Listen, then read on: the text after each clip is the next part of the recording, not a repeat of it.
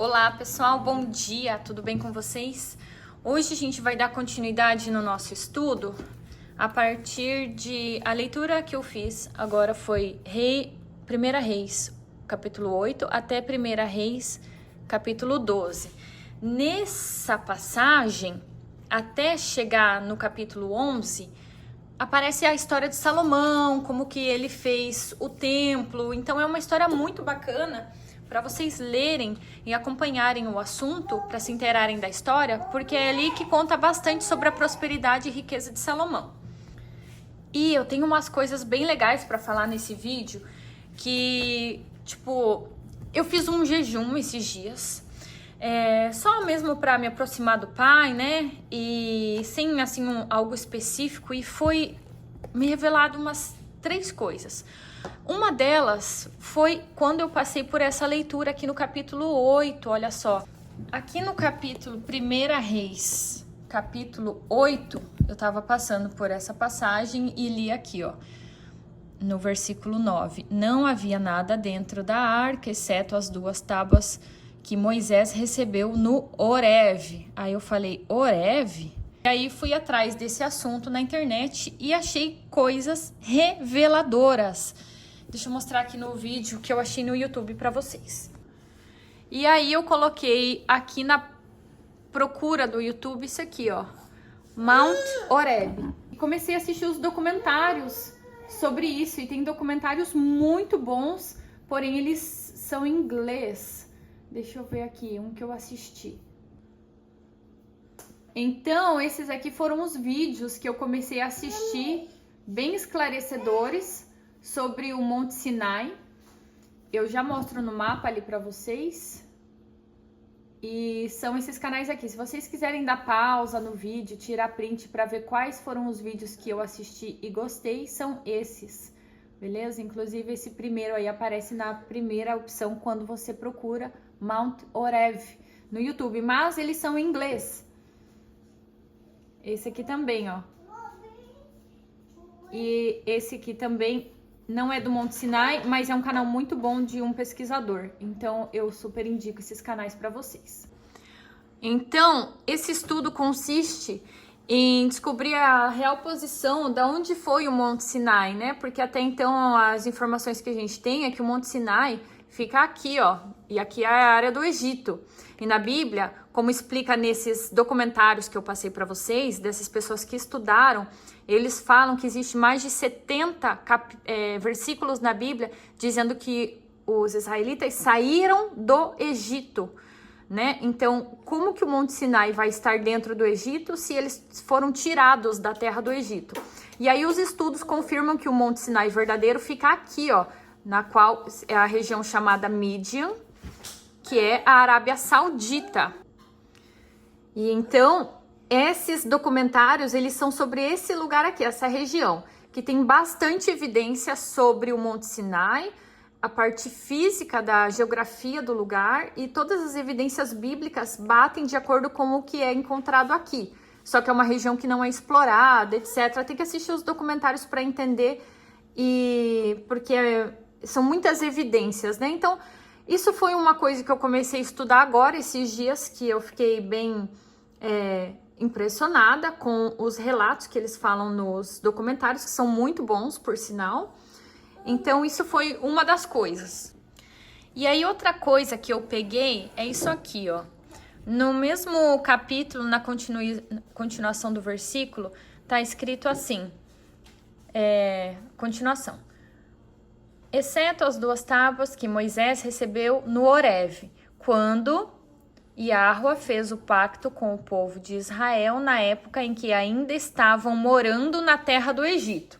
Aí eu falei assim, morando na terra do Egito, né? Mas se o Monte Horebe não é no Egito, vamos ver essa tradução aqui na Bíblia, nos originais.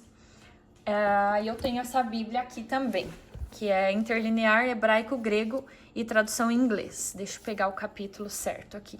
1 Reis 8, 9. Vamos lá. 1 Reis 8, capítulo 8 aqui, versículo 9 aqui, ó. Em hebraico. E aí a tradução certinha tá aqui, né? Porque aqui as palavras estão um pouco trocadas e tudo. Então, no versículo 9, ele diz o seguinte: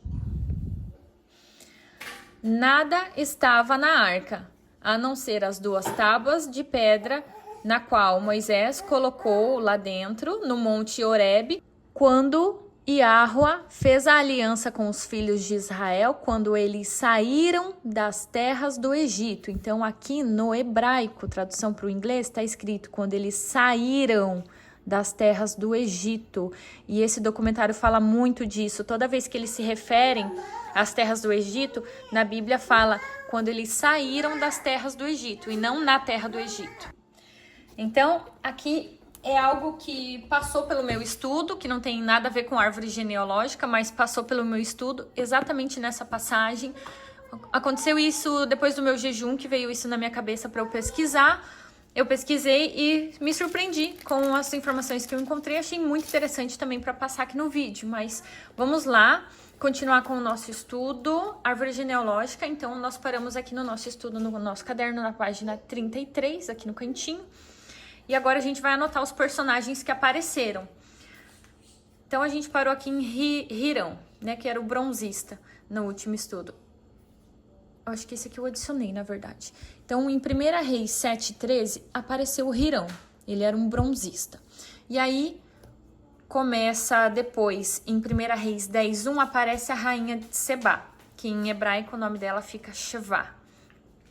E aí tem mais um pouco da história da rainha de Sebá, relacionada com Salomão, que é muito bacana. E aí, depois desse capítulo, começa a aparecer quando Salomão se desviou, por causa das esposas que ele arrumou para si. Então, agora, os personagens que vão aparecer são os personagens que o Criador levantou contra Salomão. Porque uma das ordenanças era que ele não se desviasse, não adorasse outros deuses. Nesta parte aqui de 1 Reis 11, ele vai começar a se desviar, então o Criador vai arrumar inimigos para ele. Então vamos lá, os inimigos que ele vai levantar para o Salomão. Ele vai levantar o Genubate, que é filho de Hadad. Esse Hadad, ele foi uma pessoa que fugiu. Então, quando Davi ainda era vivo, Davi fez uma matança na terra de Edom com Joabe. Só que esse Genubate, ele escapou, né? E ele era um edomita da linhagem real de Edom. É assim que se refere na Bíblia em 1 Reis 11:19. Ele era filho de Hadad, que era a irmã de Táfnis. Táfnis era a esposa do faraó do Egito. Esse rapaz, ele foi criado com os filhos do faraó, porque ele fugiu para o Egito e o faraó praticamente adotou ele. Então, o Criador vai levantar esse rapaz que foi criado com o faraó contra Salomão. Depois ele vai levantar um outro rapaz, que é o Rezon, bandido esse daqui, ó. Ele era líder dos saqueadores, líder dos ladrões. E depois ele se tornou rei de Damasco, lá na Síria. Ele era filho de Eliada, servo de Hadadezer, lá da página 28. A gente tem esse Hadadezer anotado. Aqui, ó. Página 28. Aqui, ó. Hadadezer, rei de Zoba.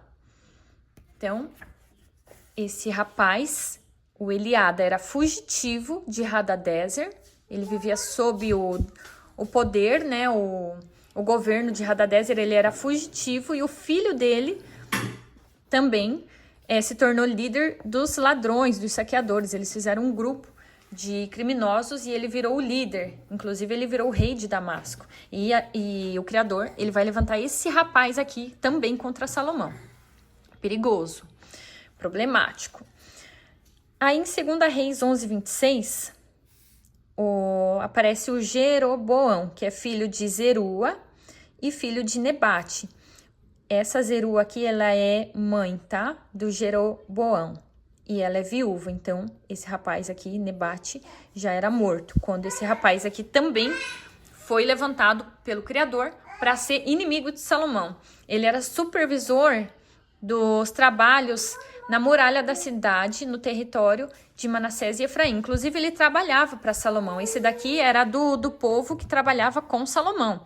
Ele trabalhava tão bem, ele era um rapaz forte, dedicado no trabalho da construção do muro em volta da cidade de Jerusalém, que ele foi nomeado pelo próprio Salomão como supervisor dos outros trabalhadores, por trabalhar muito bem. E aí, numa das idas desse rapaz aqui até Jerusalém, ele encontrou um profeta no meio do caminho que se chamava Aías. Em hebraico é Axiá. Ele está em 2 Reis 11:29. E esse profeta aqui falou para o Jeroboão que o Criador ia entregar 10 tribos nas mãos dele, em consequência do que Salomão estava fazendo, né? Se convertendo a outros deuses, adorando outros deuses, outras entidades.